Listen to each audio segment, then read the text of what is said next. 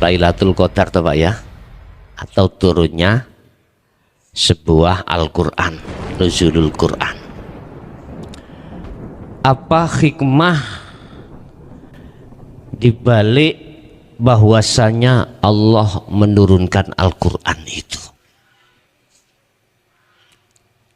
Mohon maaf, kupasan saya itu tidak hanya dari tafsir muhakamah boten, tetapi yang jelas ini nanti kami kupas dari tafsir mutasyabihah sekalian terkait masalah nuzulul Quran.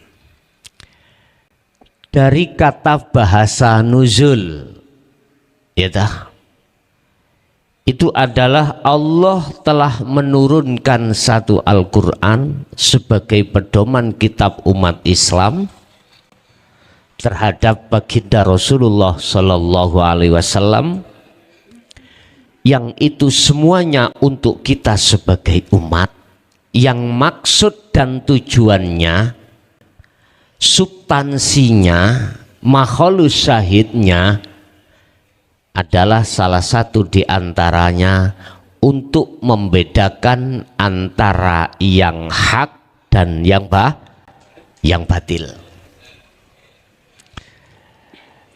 Perlu diketahui kita manusia diciptakan Allah ada unsur jasmani juga unsur rohani. Unsur jasmani kita diatur oleh Allah lewat Kanjeng Nabi Rasul dengan hukum syariah sesuai dengan apa yang Allah katakan di dalam surah Ali Imran ayat 31. Kul in kuntum tuhibbunallaha fattabi'uni. Katakan Muhammad, apabila cintamu ingin diterima oleh Allah, cinta, fattabi'uni, kata Rasulullah, ikuti saya. Artinya apa Pak? Kembali lagi kepada kita manusia disebut insanul kamil, terdiri dari jasmani juga rohani. Saged ditampi Pak nggih? Jasmani kita diatur oleh Allah, diciptakan oleh Allah dari tanah nanti kembali ke tanah. Allah ciptakan rohani dari rahmatnya Allah, kita nanti harus kembali kepada Allah. Inna lillahi wa inna ilaihi raji'un. Ini kata kunci. Kata kunci kita manusia tidak hanya kita itu berunsur dari jasmani, kita juga berunsur dari rohani. Udah. Dari tafsir muhakamah yang dimaksud sebagai nuzulul Quran, yang punya hikmah membedakan antara hak dengan yang batil, kita harus mengikuti Kanjeng Rasul. Mana yang dimaksud hak dan mana yang dimaksud batil itu sudah jelas. Sudah jelas diatur di dalam hukum syariah kita. Bahkan di dalam kitab Arba'un Nawawi ya, yang mengambil intisari Sahih Bukhari Muslim, di situ dikatakan perkara yang haram, perkara yang halal itu jelas. Lah, di antara dua perkara inilah ada yang disebut perkara yang subhat atau perkara yang membuat mamang.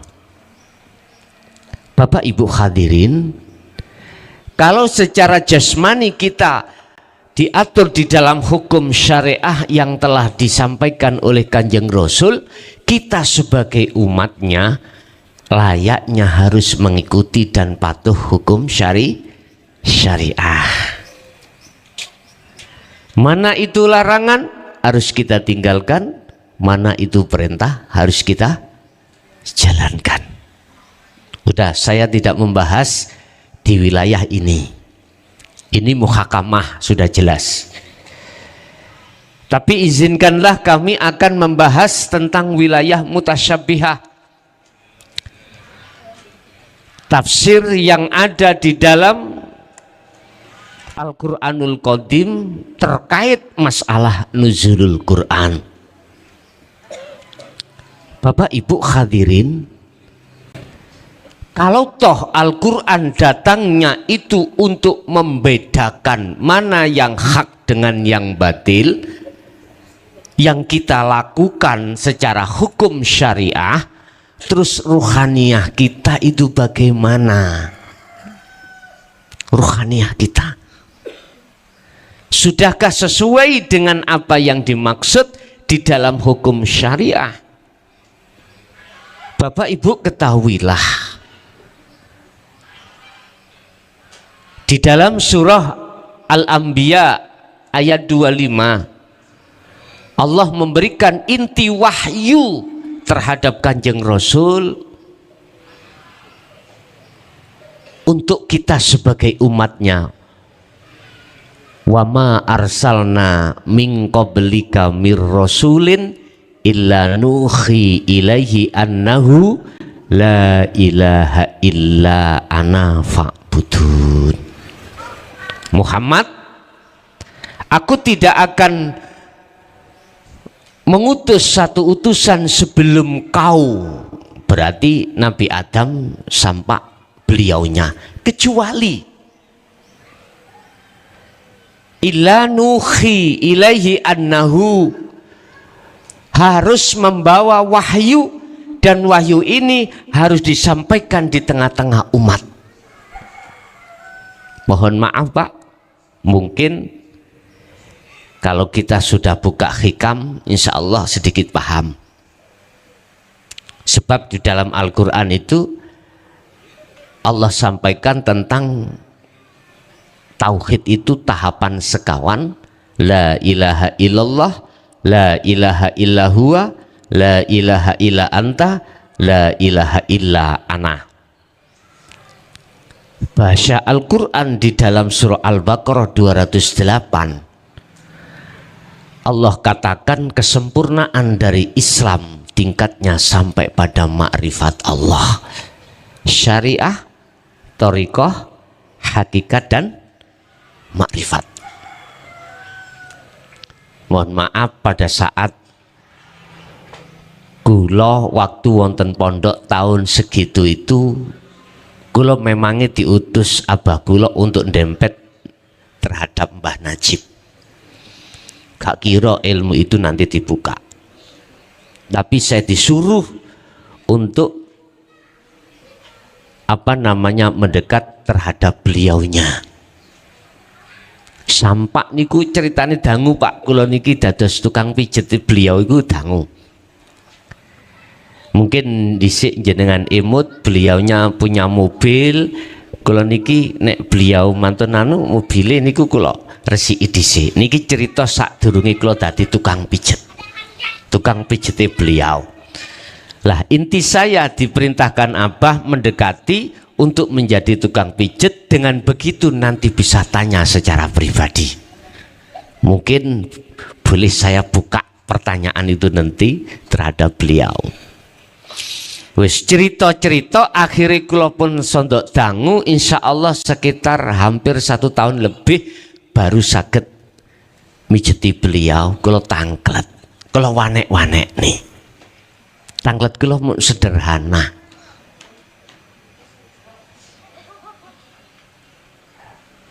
Romo Yai, menungso niku kan mboten mung jasad kemawon. Menungso niku nggih wonten rohipun. Kula namung tangleti namung setunggal. Napa pendidikane ruhaniyah niki? Nek cara jasmani sampun jelas lewat hukum syariah. Lah rohani beliau, rohani ini kaya nopo? Tapi sebetulnya kula piyambak sudah dapat modal dari Abah cuman untuk bertasheh. Sifatnya bertasheh. Akhirnya nopo Bapak Ibu sing kula dapatkan dari beliaunya Al-Maghfurlah. Ternyata kula nggih dipesen dijanji gak oleh kondo sapa. Dulu nek saniki mboten napa-napa. Krana dulu mboten nangsal, sakniki mboten napa-napa. Ternyata kula buka niku di dalam satu ayat, huwallazi arsala rasulahu fil huda wa dinil haq liyudhirahu ala dini kulli walau karihal musyrikun. Mangke saen pados niku wonten surat napa? Ternyata jawabannya adalah bil huda wa dinil haq. Kalau buka ning tafsir Jalalain, dinul haq ai dinut tauhid. Dikembangake malih dinul tauhid niku dateng Ikhya. Ternyata jawabannya ngeten, Mbak. Ruhaniyah itu kudu dibimbing ilmu tauhid untuk mengenal dan mendekat terhadap Allah. Niki. Lajeng kula padosi melih kepanggih datang surat Al-Kahfi ayat 100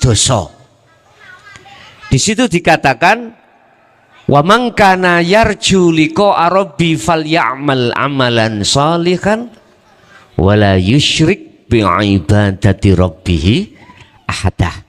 Kalau wis mboten menerjemahkan dari bahasa pondok, kula mriki padha mbek nguyahi segara pulian. Substansi dan mahal syahidnya aja. Barang siapa yang ingin bertemu Tuhannya, lah ini Pak, maka falyamal amalan shalihan. Pertama iki beliau memberikan kula jawaban, ruhaniyahmu kedah kholwat, ruhaniyahmu kedah uzlah. Uzlah sangka apa? Dijawab Al-Baqarah 256. Wa may yakfur bitaghuti wa yu'min billah. Ruhaniyah kudu ninggalno perkara selain Gusti Allah. Abot Pak nggih? Abot. Jadi ruhaniyah niki kedah kholwat. Walaupun jasmani ini di tengah pasar, ruhaniyah harus kholwat. Dan atau jasmaniyah itu ditempatkan Allah di tempat sunyi, ruhaniyah harus kholwat. Intine kholwat meninggalkan ruhaniyah dari iman selain Allah, yakfur bitaghuti, lalu wayu mimbillah, dan beriman hanya pada Allah. Udah satu. Lah tumpaane niki Bapak Ibu, tumpaane kholwat yang nantinya akan bisa membedakan al-haq dengan al-batil niki mungkin sering kula sampaiake di konten-konten YouTube kula, dan ini pun saya ngerujuk atas jawabannya Mbah Najib. Ternyata setiap kalimat tauhid tadi Pak memunculkan berbagai zikir. Pertama, la ilaha illallah memunculkan zikir jahri. La ilaha illahuwa memunculkan zikir sirri. La ilaha illa anta memunculkan zikir sirul asrar, dan la ilaha illa ana memunculkan zikir fana'u zikri.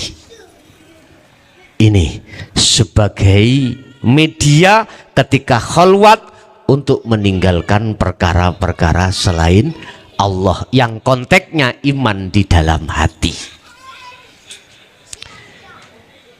Ini pun tidak cukup kita memakai hanya waktu 1 bulan, 2 bulan, 1 tahun. Terus sampai di mana tanda-tanda ruhaniyah itu ditarik Allah di dalam maqam musyahadah, kita harus terus menerus melakukan khalwat. Syarat yang kedua untuk bisa sampai dan bertemu Allah, wala yusyrik bi'ibadati rabbihi ahada. Kita ketika khalwat tidak boleh ruhaniyah itu beriman bahwasanya selain Allah itu bisa mendatangkan satu bahaya atau memberikan satu manfaat. Bapak Ibu hadirin, ketika saat ruhaniyah kita sudah melakukan khalwat, berarti nuzulul Quran, turunnya Al-Quran untuk membedakan antara hak dengan yang batil terhadap diri kita akan terjadi, Pak. Sehingga mohon maaf kalau kita melakukan sholat sesuai dengan surah Al-Baqarah ayat 238, di mana di situ Allah katakan hafidhu ala sholawah wassolatil wusta wa qumu lillahi qanitin ay khosyi'in. Ini Pak, tarkib daripada khosyi'in bagaimana Pak? Tarkib tadi di awal ayat hafidhu ala sholawah. Jadi di sini ada jamak, maksudnya adalah 5 waktu, zuhur, asar, maghrib, isya, subuh sebagai hukum syariah. Lalu wassolatil wusta, sholat yang dimaksud di tengah-tengah ini, ketika saya ambil dari tafsir muhakamah, khilaf ulama, ada yang mengatakan asar, ada yang mengatakan maghrib. Tetapi ketika sama kami tarik dari sisi tafsir mutasyabihatnya, ternyata wassolatil wusta di situ adalah ay as-sholatun daimun. Makanya di belakang itu kan ada waqumu lillahi qanitin ay khosyiin. Wajib sholat itu khusyuk. Mohon maaf, urusan bagi pribadi kita sunahkan khusyuk itu sunnah, terserah. Yang jelas saya berpedoman bahwasanya sholat itu wajib khusyuk bagi saya, karena ayatnya memakai kalimah koma, tidak memakai kalimah fa'alah. Ada apa dengan koma? Ada apa dengan fa'alah? Walaupun koma memakai wazan fa'alah. Ternyata Bapak Ibu, kalau koma itu menjaga tidak hanya secara fisik jasmani kita sholat menghadap Allah, ruhani pun harus makrifat pada Allah. Mpun dianggap kejeron loh niki mboten. Mpun mboten. Nek sampean anggap kejeron, kapan mutu sholat kita nanti bagusnya? Sebab nyun sewu, ketika ruhaniyah Allah wa nafakhtu, Allah menyertakan ruhaniyah itu akal dan nafsu. Bapak Ibu, akal dengan nafsu, mana yang menang, akal apa nafsu? Di dalam nafsu itu ada sifat 2 yang terkumpul di dalam ruhaniyah kita. Mohon maaf, ini adalah pengertian daripada tentang ruhani yang selama ini kami dapatkan, termasuk beliau dari Hadratus Syekh Ning Tambak Beras tahun 86 itu Mbah Najib. Tapi kalau oleh dikandakno Pak, dulu itu, sekarang angsal. Karena iki zaman wis akhir, Dan juga zaman dimana kan kita ingin Pak sholat kita mutunya lebih bagus, ya tak? Kan kita sering waktu sholat ingat si A, si B, si C urusan dunia, nggih napa mboten? Itu pasti. Bagaimana supaya tidak seperti itu? Lah itu loh maksudnya nuzulul Quran secara hakikat pendidikan ruhaniyah kita. Karena diterima atau tidak diterima Bapak Ibu, ruhaniyah kita menghadapi dua sifat, satu basariyah, dua basiroh. Yang basariyah mungkin bisa dibuka di dalam kitab hikam Pak. Ada dua nafsu yang ada di situ, nafsiyah dan amaroh. Wa ma ubarri'u nafsi inna nafsa la amaratum bisu. Dua nafsu itu selalu mengajak ruhaniyah lalai pada Allah. Jelas-jelas kita itu sholat untuk menghadap dan bertemu Allah, menyembah Allah. Mengapa ruhaniyah kita itu kok mohon maaf teringat selain Allah? Mohon maaf loh Pak ya, saya bukan guru, enggak, saya cuman menyampaikan oleh-oleh kula tatkalane wonten pondok mriki dari Mbah Najib pada saat itu tahun 86. Nggih. Kula namung 3 tahun, Pak. Lulus aliyah langsung kula niki dikengen pindah ning Kediri pada saat itu. Lah, nafsu nafsiyah ini dan amarah duduk di dalam sifat basariyah. Apa sifat basariyah? Sifat manusiawiyah. Apa sifat manusiawiyah kita? Intinya kita itu suka bersukaria, bercinta kasih terhadap wazujina linnasi hubbus syahawah. Nafsu membikin kita Bapak Ibu untuk melalaikan Allah, baik ketika saat kita itu di tengah-tengah sholat jasmani, lebih-lebih ketika kita di luar aktivitas sholat jasmani. Selalu hati ini lalai pada Allah. Apa sebab? Karena ruhaniyah kita itu yang menang adalah sifat basariyah. Itu satu. Yang kedua adalah sifat basiroh, sifat di mana di dalamnya ada nafsu lawamah dan mutmainnah. Tadi saya katakan wama ubarri'u nafsi inna nafsa la amarantum bisu illa ma rohima rabbi. Artinya di situ ada nafsu yang dirahmati. Artinya apa? Sifat basiroh ini Pak. Manakala sifat basiroh itu sudah kita didik untuk melawan sifat basariyah, mohon maaf, ruhaniyah kita tidak akan menjadi budaknya hawa nafsu. Jelas ruhaniyah kita condongnya millata Ibrahimah Hanifah, condongnya pada Allah. Nah terus bagaimana cara mendidik sifat basiroh di dalam diri kita yang selalu menyertai ruhaniyah bagaimana? Makanya kadang-kadang kita sebagai manusia itu dihadapkan urusan dunia dan urusan akhirat. Mana yang lebih kita pentingkan? Kedua-duanya juga penting.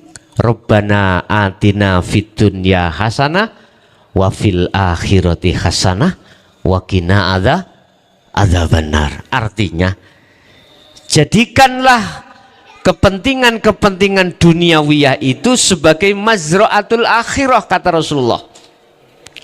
Jadikan sebagai tanaman yang buahnya itu sebagai buah akhirat.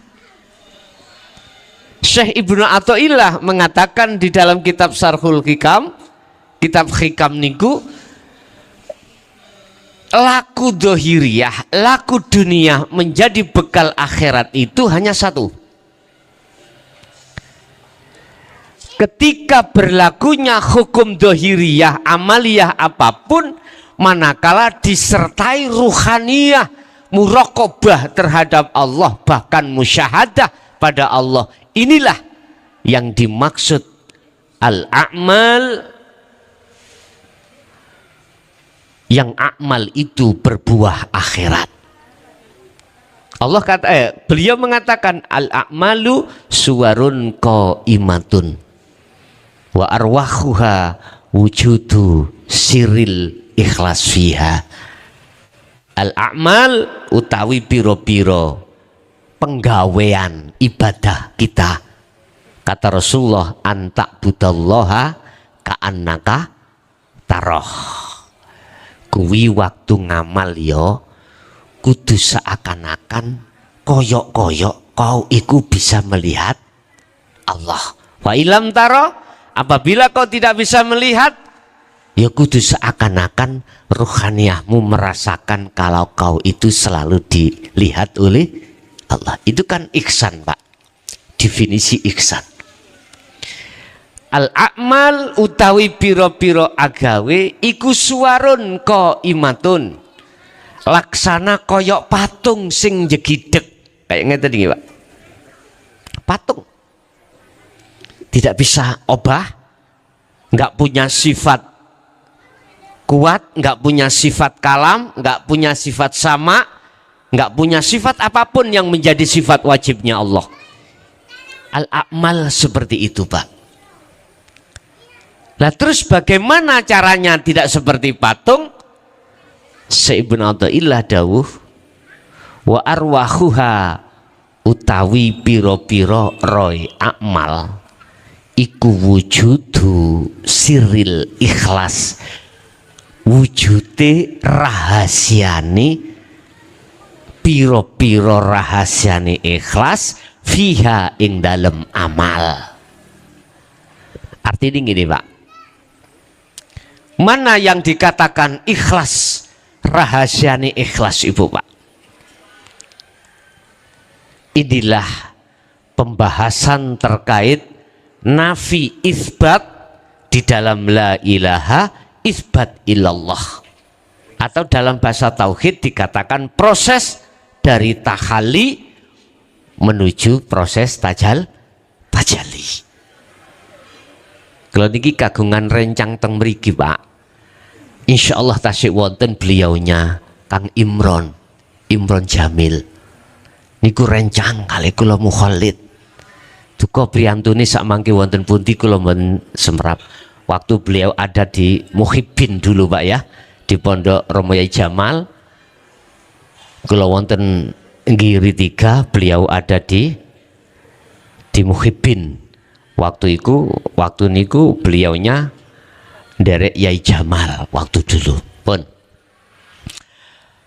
Jadi amal itu akan bisa bermanfaat di akhirat manakala ketika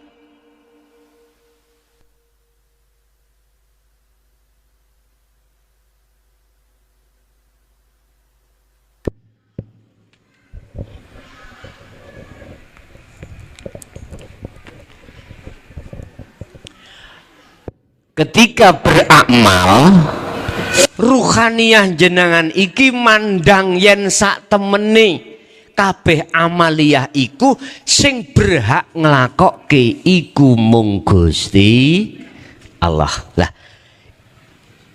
condonge iman ruhaniyah datang Allah di dalam keihsanan inilah yang akan menjadikan amaliyah itu akan bisa berbuah di akhirat. Ini miturut pandangan di dalam kitab Hikam.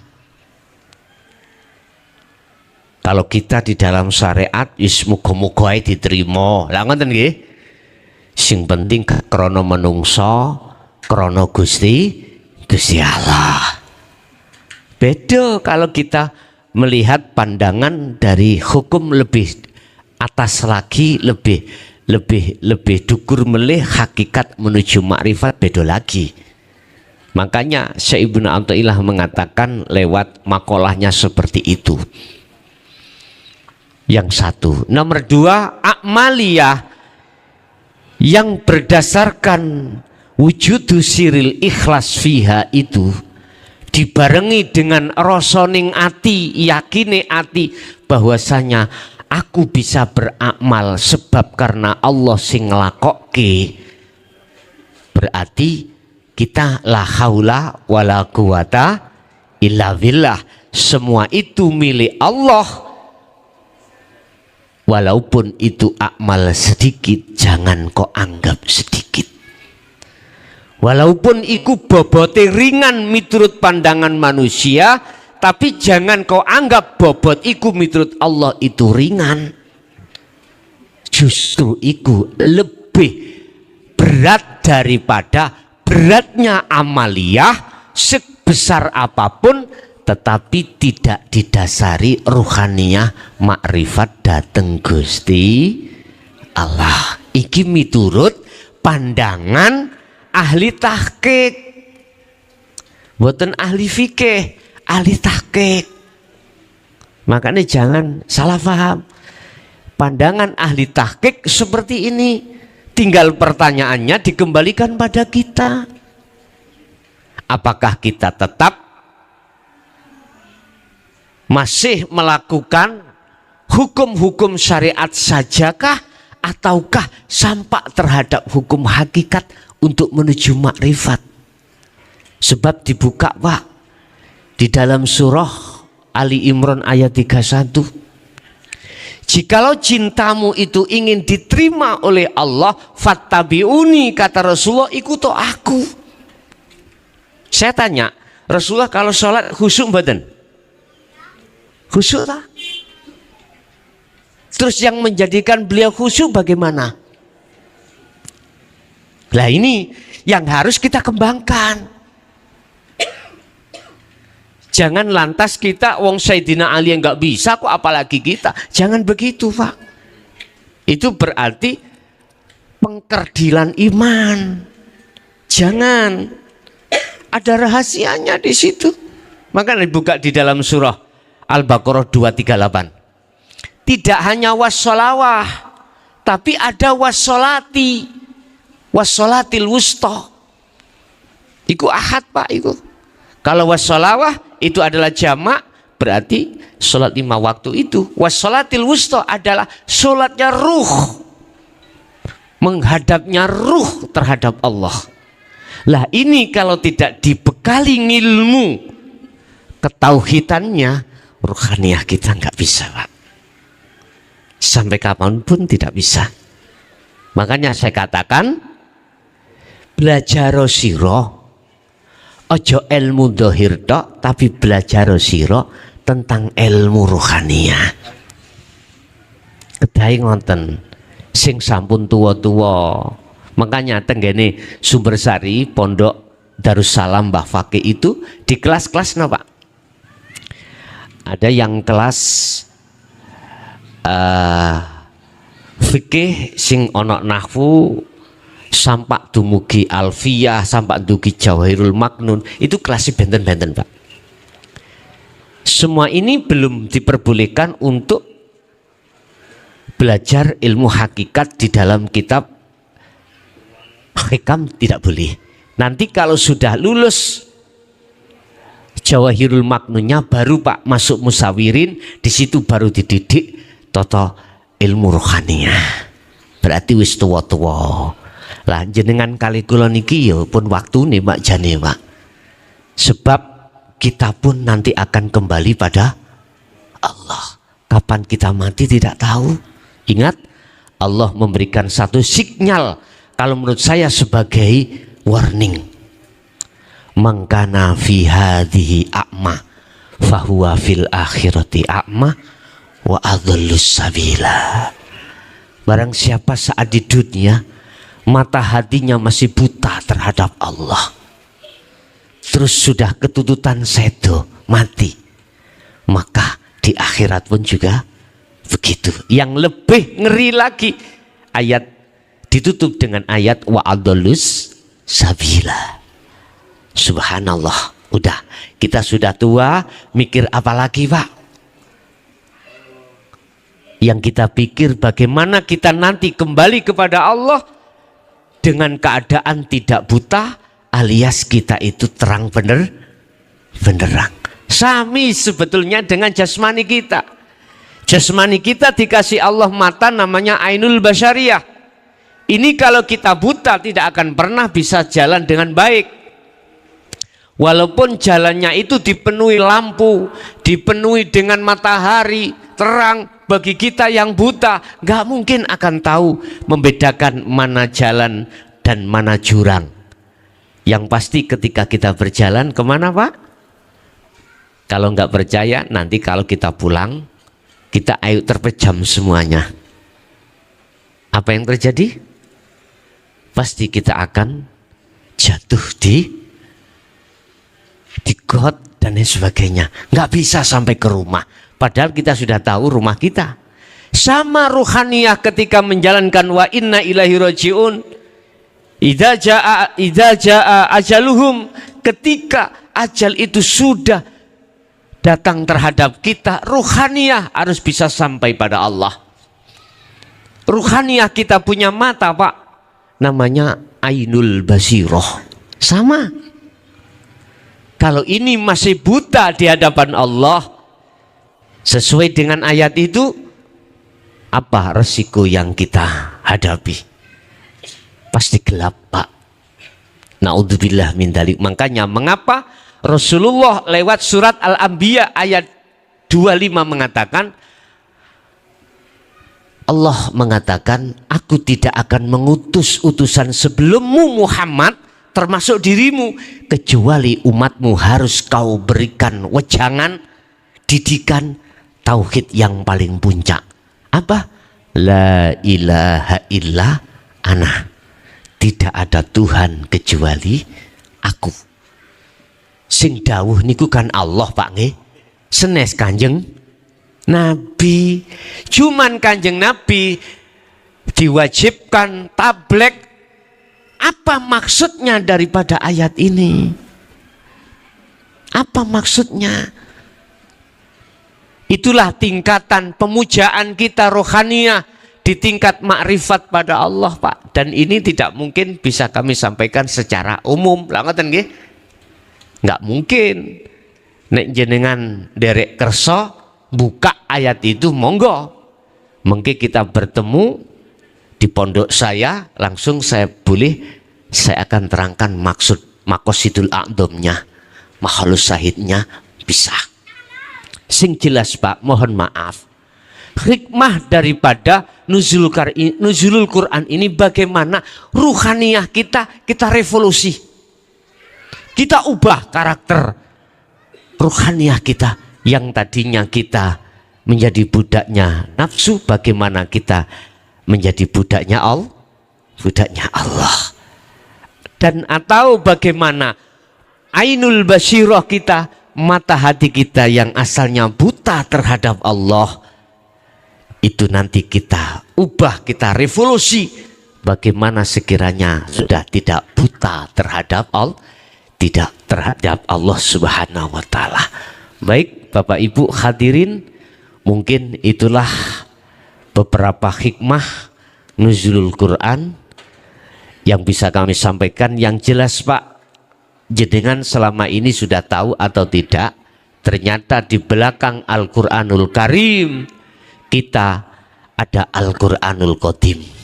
Yang Al-Quranul Qadim itu tertuang hanya terhadap hamba-hamba Allah yang mukhlasin.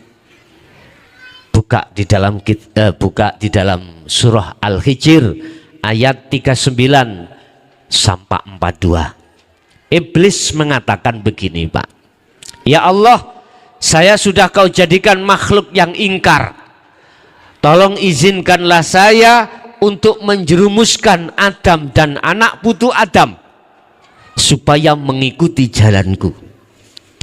Allah katakan, silahkan, illa ibadaka, kecuali hambamu satu yang tidak bisa ku sesatkan, atau hambamu yang tidak bisa aku lewatkan jalanku, kata iblis. Siapa itu? Innahumul mukhlasin. Siapa al-mukhlasin? Inilah beliau-beliau yang ruhaniyahnya itu sudah membawa Al-Qur'anul Qadim. Syariatnya membawa Al-Qur'anul Karim, ruhaniyahnya sudah membawa Al-Qur'anul Qadim. Apa Al-Qur'anul Qadim? Yaitu tanpa dinulis tapi bisa diwaca. Ya hanya beliau yang bisa membaca. Hanya beliau. Bapak Ibu hadirin, mungkin ini hanya intermezzo aja atau masukan sedikit.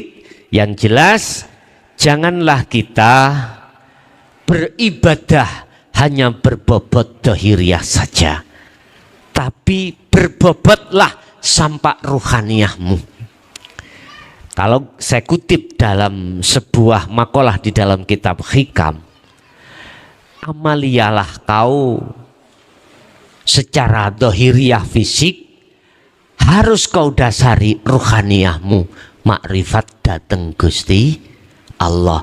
Saendek-endeke makrifat dateng Allah Bapak Ibu, paling rendah makrifat dateng Allah, jenengan iku yakin merasakan bahwasanya apa yang kau tindakan, apa yang dumateng jenengan tindakake iku semata-mata digerake Gusti Allah. Wis, ada rasa iman di dalam situ, itu iman yang paling rendah. Iman yang paling rendah. Aku bisa berjalan sebab digerakkan Allah. Saya bisa rukuk, sujud, duduk, ruhaniyah sadar dan menyadari bahwasanya Allah yang membuat saya bisa seperti ini. Itu makrifat yang paling rendah, Pak.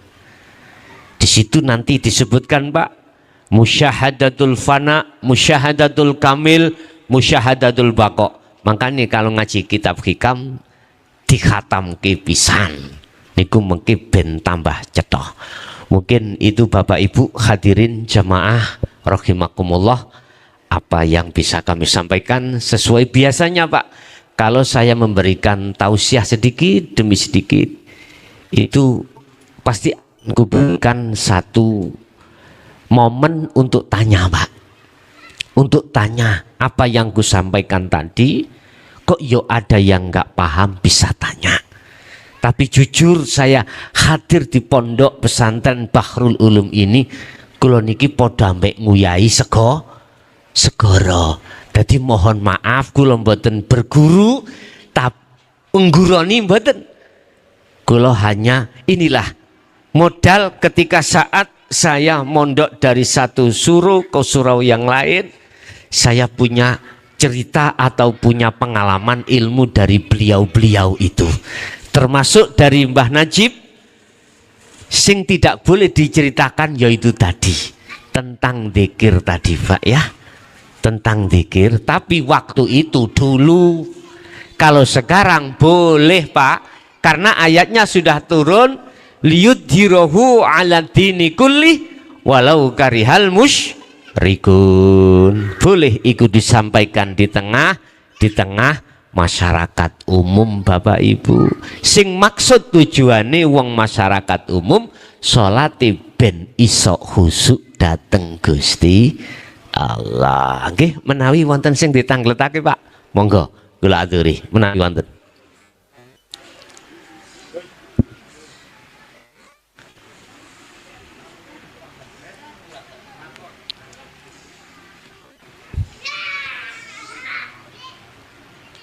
Tasik wonten, nek mboten langsung ditutup doa.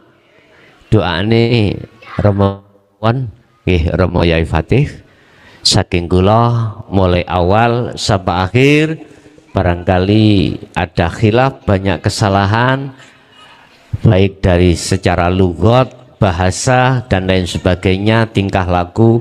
Kula atas nama pribadi nami kula Mukhlason Rosid, lah ya.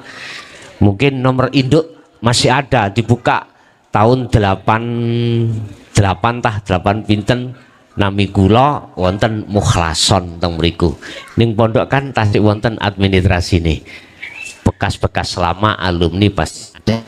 Nggih, kula akhiri mugi-mugi ya sedaya ilmu ingkang sampun diwedhar tadi estu-estu datangnya dari Allah, masukan dari saya menjadi satu ilmu yang bermanfaat, dan kurang lebihnya mohon maaf. Akhirul kalam, hadzanallah wa iyyakum wal afa minkum. Assalamualaikum warahmatullahi wabarakatuh.